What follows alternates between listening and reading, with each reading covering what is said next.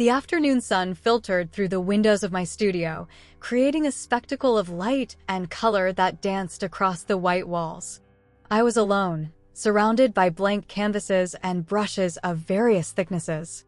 The soft music playing in the background blended with the gentle sound of the waves outside, bringing a sense of calm that I tried to capture in each brushstroke. The piece I was finishing was an explosion of vibrant colors, a reflection of my restless soul. The painting represented the freedom I longed for, yet it seemed to slip through my fingers. As I immersed myself in the painting, my phone vibrated on the table, breaking my concentration. I looked at the screen and saw Ethan's name. A wave of conflicting emotions hit me. He had been my love, my support, until everything crumbled under the weight of betrayal. I hesitated, but in the end, I decided to open the message. "Hey, Claire. Can we meet for dinner? I need to talk about us." Those words, though simple, carried an enormous weight. My heart raced, but not from love. It was a mixture of anxiety and apprehension. What did he want? What could be said that hadn't already been said? I took a deep breath, trying not to succumb to the nostalgia that enveloped me. I decided I would go. After all, it was time to face the ghosts that haunted my heart. Upon arriving at the restaurant, I was greeted by a sophisticated atmosphere, with dim lights and a scent of food that made my stomach growl. Ethan was seated at a table in the corner, looking more serious than I remembered. His gaze met mine, and for a moment, everything around us disappeared. He stood up and greeted me with a hesitant hug. The warmth of his body was a vivid reminder of what we had once shared. "Hey, Claire. You look beautiful," he said, his sincere look disarming me a bit. "Thank you, Ethan." "And you? Look well," I replied, trying to sound casual, even though my heart was in turmoil. The conversation started off light, but soon the tension became palpable. He apologized, words I had heard before, but they felt sincere. "I messed up, Claire. I can't change what I did, but I'm here because I want to try to fix it. You are the most important person in my life." I listened, absorbing every word. Deep down, a part of me wanted to believe, wanted everything to go back to how it was before. But the memory of the betrayal still burned like an open wound. "Ethan, I don't know if I can just forget what happened." Trust was shattered. He nodded, seeming to understand. "I don't expect you to forgive me immediately. I just want you to know that I'm willing to fight for us." Those words resonated within me. The love I felt for him still existed, but the pain of betrayal was like a shadow, dark and persistent. Maybe I am willing to give a second chance," I murmured, more to myself than to him. The smile that spread across his face was like a ray of sunshine on a cloudy day. "Thank you, Claire. I promise I'll do everything I can so that you don't regret it." After dinner, I returned home with a confused mind. The decision to give him a second chance felt like a step into the unknown. I arrived at my studio, where the soft light still illuminated the blank canvas waiting for me. I dove back into painting, but the art that once flowed easily had now become an effort. The colors I applied no longer represented freedom, but rather a whirlwind of unresolved feelings. As strokes of blue and red intertwined on the canvas, Ethan's image appeared in my mind. The memory of his smile, the soft touch of his hand, and then the betrayal, the pain. I pulled out a photo of him from the table, a carefree smile on a sunny day. The image was a portrait of what had been, and I wondered if it was possible to become that person again, the one who believed in true love. Trusting again, can I really do it? I thought, as tears streamed down my face. The brush stopped, and I looked at the canvas, hoping the colors could somehow express the complexity of what I felt. And so, I lost myself in a sea of emotions, not knowing what the future held for us. Sitting at the breakfast table, I watched Ethan with a mix of hope and distrust. The morning light filtered through the curtains, illuminating his face in a way so familiar that it made me want to believe that everything could go back to how it was before. But even with the table set and the aroma of fresh coffee in the air, the betrayal still loomed between us like a dark cloud. He was so eager to show me that he had changed, but small slips continued to escape his lips. "Claire, I really want this to work," he said, his voice heavy with sincerity. "I know trust takes time to rebuild, but I'm here for that. What can I do to show you that I'm committed? I looked at him, trying to decipher his intentions. Ethan, I want to believe in you. But it's hard. Sometimes I feel like you are still hiding from me, that there are parts of you I no longer know. He sighed, running his hand through his hair, a gesture so familiar to me. I have no secrets, Claire. The only thing I want is to make you happy. I will try harder, I promise. But like an artist mixing colors, I couldn't ignore the nuances of our relationship. The betrayal still left marks on my soul, and I wondered if I could truly overcome it. When he hugged me, I felt the pressure of his body against mine, but the fragility of our situation prevented me from relaxing. That afternoon, I had an art exhibition scheduled. As I prepared, my heart raced not only from the anxiety of showcasing my work, but also from the fear of encountering people who might ask questions I wasn't ready to answer. Upon arriving at the venue, the vibrant atmosphere of Miami invaded my senses. The bright lights and animated conversations surrounded me, but the insecurity I felt about my personal life made everything a bit more murky. There, in the midst of my artistic world, I found Juliet, a longtime friend. Her eyes sparkled with the excitement typical of someone who loves art. Claire, your exhibition is amazing. I can't wait to see your new works. Thank you, Juliet. I'm a little nervous, actually. I replied, trying to hide the truth that my heart was in pieces. She noticed my hesitation. I bet you're thinking about Ethan, right? Does he really deserve this second chance? I sighed, knowing I couldn't hide my feelings from her. I don't know. He's been wonderful, but I still feel insecure. I heard rumors, and it left me confused. Juliet paused, her expression shifting to one of concern. Rumors? What kind of rumors? Things about his past. I don't know if I can trust him again, and it's consuming me. My voice trembled, revealing the vulnerability I was trying to hide.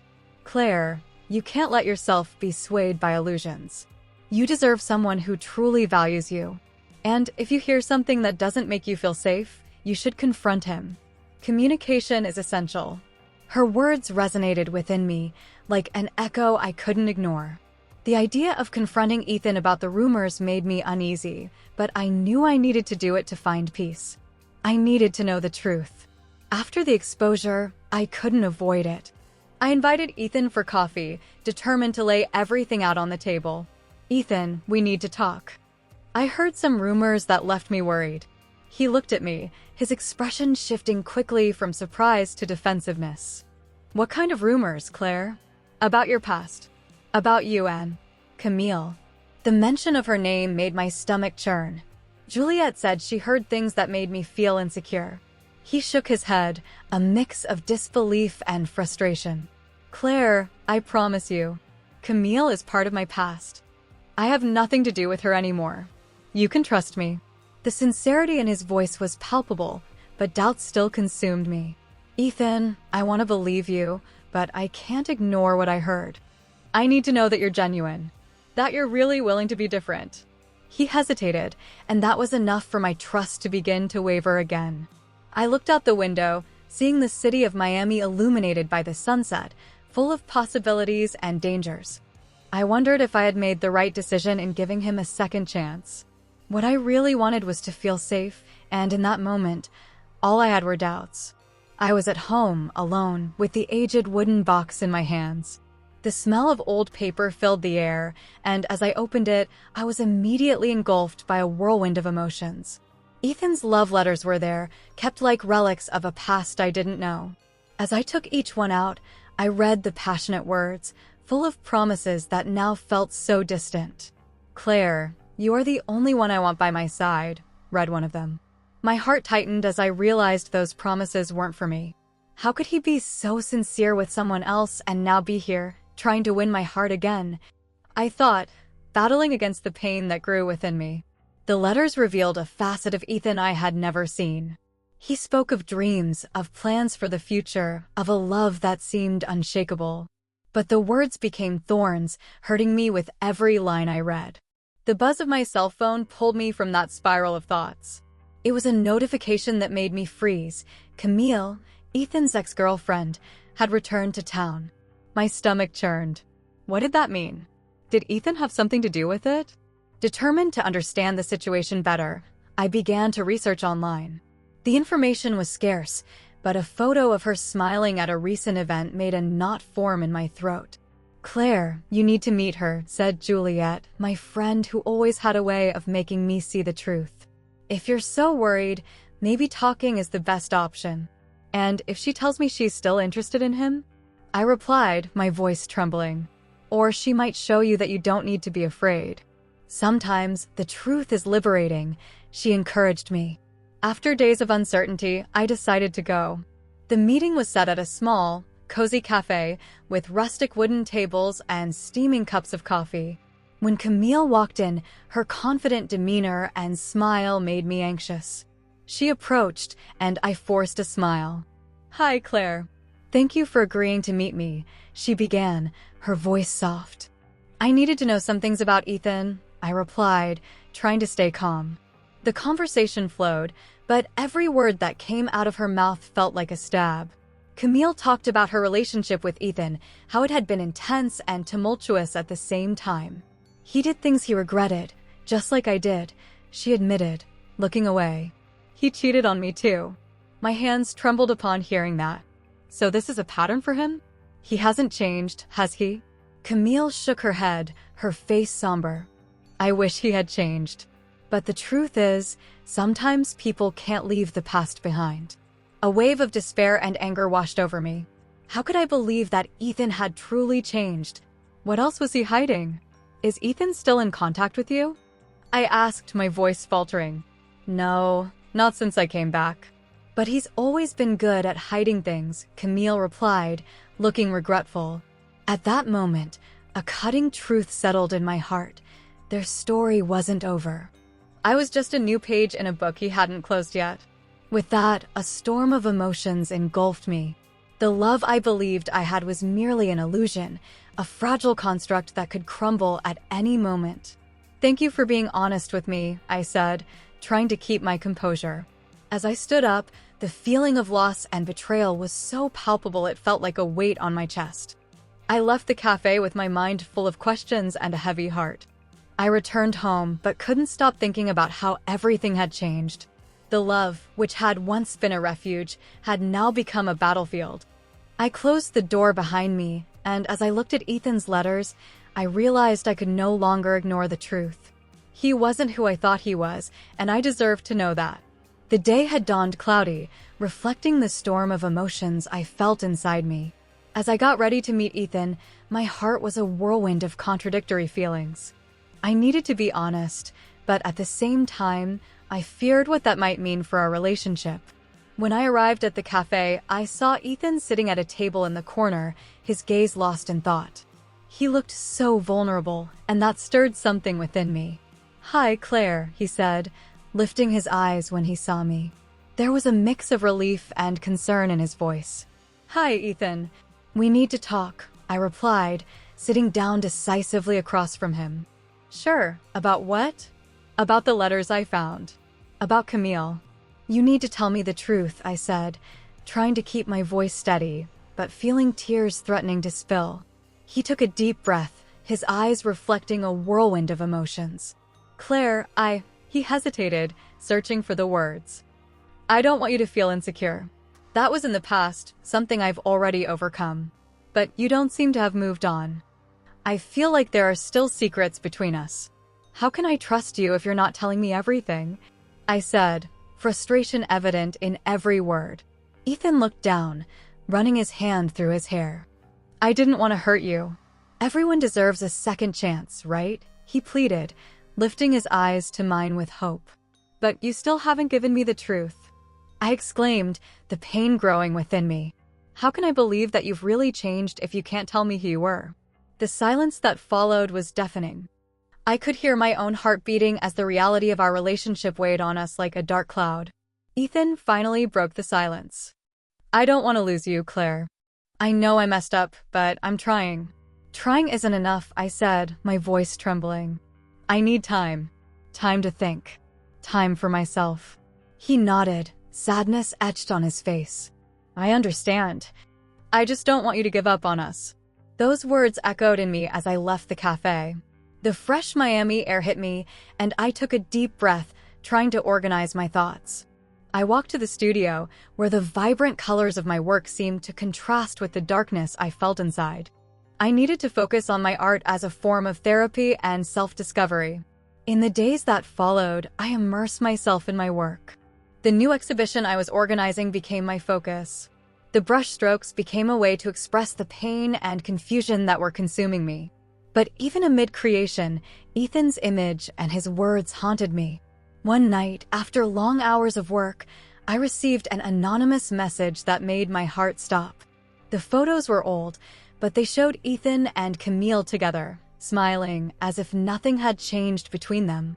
Anger and betrayal mixed within me, making my stomach churn. How could he still be in contact with her? Had he never really distanced himself? The message said, "You should know who he's really with." The words kept hammering in my head. How could I trust him if this evidence was surfacing right before my eyes? "Claire, what happened?" Juliet asked, seeing the devastated expression on my face. I received a message. It's photos of Ethan with Camille. "I can't believe he's still in contact with her," I said, my voice trembling. Juliet came closer, putting her hand on my shoulder. "You need to talk to him. Don't let this consume you." "And what if he doesn't have an explanation?" I retorted, feeling despair take over me. "Then you'll have your answers, and that might be what you need to move on," she replied, her expression serious. Juliet's words echoed in my mind. I needed to confront Ethan again. The trust one had was slipping away like sand between my fingers, and I felt that sooner or later, the truth had to be revealed. I stood there, heart racing and hands sweaty, as I faced Ethan in the living room. The afternoon sun streamed through the windows, illuminating the room in an almost cruel way, as if highlighting the fracture in our relationship. He seemed restless, his eyes scanning my face for a clue about what I was thinking. "Claire, are you listening to me?" he asked, his voice tense. I could see the defensiveness forming around him like armor. "Yes, Ethan, I'm listening." "But you're not telling me the truth," I replied, trying to keep my voice steady, though doubt gnawed at me from within. "I saw the messages. I know you're still in contact with Camille." He shook his head, impatient. "That's not true. I'm not with her. I have nothing to do with the past. The only thing that matters is us now." The pain in his voice no longer fooled me. "How can I believe you? You've betrayed me once. What guarantees do I have that you won't do it again?" He took a deep breath, as if trying to control the anger that bubbled up. "Claire, please. I'm here trying to fix things. What more do you want from me?" "I want the truth, Ethan," I shouted, tears streaming down my face. "If you really changed, if you really care, you will tell me the truth. I can't live in this game of lies." His expression changed. The defensiveness gave way a little. "I'm not with Camille. I promise. The only thing I want is for us to get through this together." The truth was that I no longer knew what to think. The love I felt for him was still strong, but the betrayal had left deep scars. I need some time," I murmured, my voice choked. "I can't keep going like this." The silence that followed was deafening. I could see the pain in his eyes, but mine also hurt in an unbearable way. Tears flowed freely, and I couldn't hold them back any longer. Frustration and sadness mixed, creating a whirlwind of emotions. I needed to get out of there. "Claire," Ethan began, but I didn't want to hear any more. His voice reminded me of everything I wanted to forget, and I needed space to think. After that confrontation, I found solace in Lucas, one of my closest friends. He always knew how to cheer me up, and that afternoon was no different. "You need to distance yourself from him, Claire. You deserve more than a relationship based on distrust," he said, leaning against the table in my studio while I worked on a new painting. "I know, but it's hard." "I love him, Lucas," I replied, rubbing my tired eyes. "Loving someone isn't enough if that person doesn't respect you. Look at what you're going through. This isn't love. This is pain." His words resonated within me. What I was living wasn't normal. It wasn't what I had always dreamed for myself. He was right. What I wanted was a healthy love, not a cycle of distrust and betrayal. "You need to focus on your art, Claire. That's what really matters right now. Let him take care of his own life, he suggested, trying to lift my spirits. That's when I realized Lucas was the support I truly needed. I needed to channel all my energy into my art and the things that made me happy, not in what hurt me. Days passed, and with each brushstroke on my canvas, I felt a little of the emotional burden I carried dissipate. The exhibition was approaching, and I was determined to give it my all. But still, the thought of Ethan and Camille lingered in my mind like a shadow. It was the day of the exhibition. Anxiety and excitement mixed in my stomach as I prepared everything.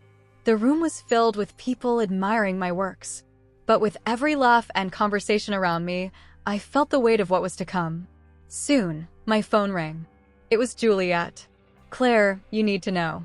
I saw Ethan and Camille together, and it wasn't just a conversation. They looked intimate. The ground beneath my feet seemed to crumble." "What do you mean?"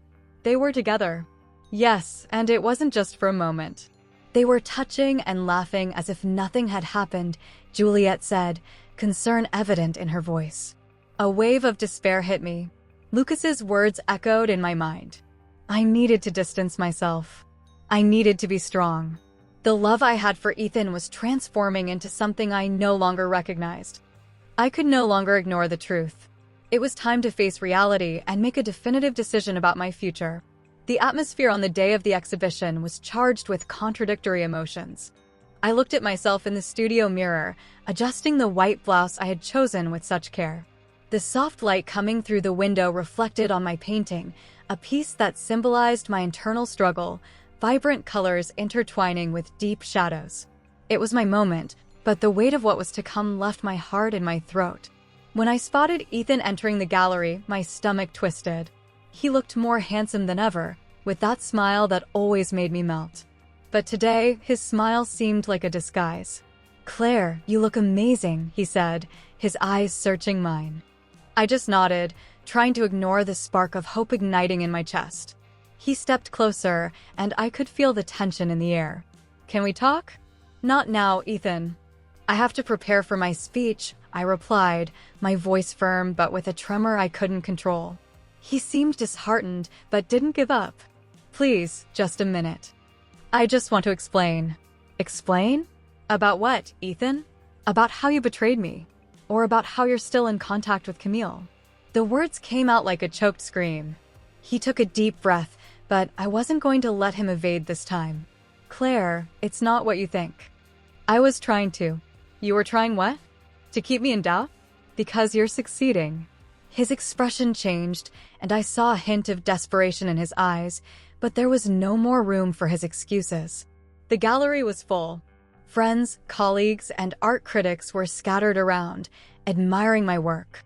When it was time for me to speak, I took a deep breath and grabbed the microphone. Ethan's gaze was fixed on me, but I knew I had to be strong. "Hello, everyone. Thank you for being here," I began, my voice slightly shaky but firm. "Today, I'm not just presenting my art, but also sharing a piece of myself."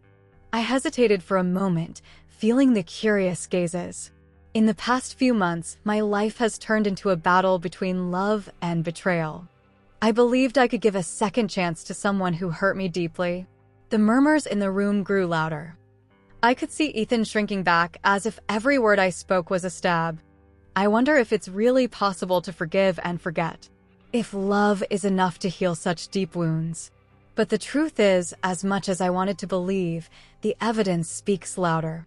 "Ethan, I can't ignore what I saw, what I heard.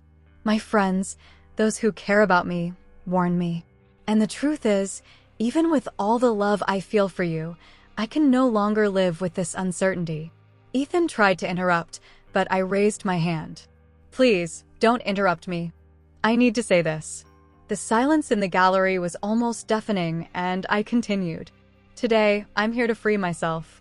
To free myself from a love that has become a prison." Before I could finish, Camille appeared at the door, and the murmurs intensified.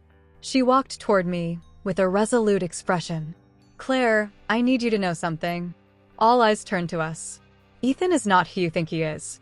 He's still stuck in the past. Ethan planned all this, Claire. He wanted you to feel insecure," Camille said, her voice firm. She handed me an envelope, and I looked at Ethan, who was pale, almost in shock. "This is an apology he never had the courage to send to me," Camille continued. "He wanted you to believe he had changed, but the truth is he's still trapped in his lies." Opening the envelope, I found a letter, Ethan's words echoing in my mind like thunder. "I can't believe you kept this," I murmured, as I read the words that should never have reached me. The betrayal of the past wasn't just alive, it was manifesting in my present. I felt a wave of anger and sadness wash over me. "You betrayed me not once, but twice, Ethan," I declared, my voice filled with pain.